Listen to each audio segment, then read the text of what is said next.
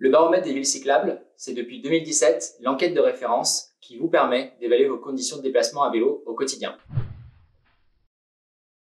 Il y a 4 ingrédients clés au succès du baromètre. 1. Il part du vécu des cyclistes, de leurs problèmes du quotidien. 2. La méthodologie est robuste. Ça fait 40 ans qu'elle marche en Allemagne et elle se développe partout en Europe. 3. Elle est de plus en plus diffusée. Vous êtes de plus en plus nombreux à y répondre. Et ça, c'est grâce au travail des assos Pro Vélo, membres de la FUB. 4. Enfin, le baromètre, c'est avant tout ce qu'on en fait après, des analyses fines par territoire qui permettent de changer concrètement les choses.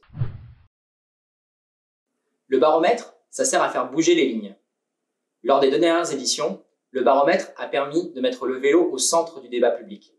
En 2017, en faisant bouger l'État lors des Assises nationales de la mobilité, et en 2019, en faisant bouger candidates et candidats aux élections municipales. Cette année, le contexte est exceptionnel. On connaît, en France, en Europe et dans le monde, un boom du vélo. Ce boom, il a lieu dans les communes qui se mobilisent pour le vélo. Vous êtes donc plein de nouveaux adeptes du vélo, et vous découvrez, vous aussi, les peines et surtout les joies de circuler à vélo. C'est donc toutes ces nouvelles voix, à l'approche des élections présidentielles de 2022, que l'on veut faire entendre dans ce baromètre. Il y a plusieurs règles de base au baromètre. D'abord, tous les avis comptent. Que vous soyez cycliste du quotidien ou pas, il faut que vous vous exprimiez.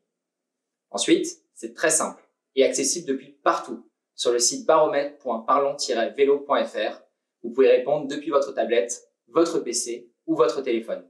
Et enfin, c'est rapide, moins de 10 minutes. Jusqu'au 30 novembre, la marche à suivre est toute simple. Rendez-vous sur baromètre.parlons-vélo.fr.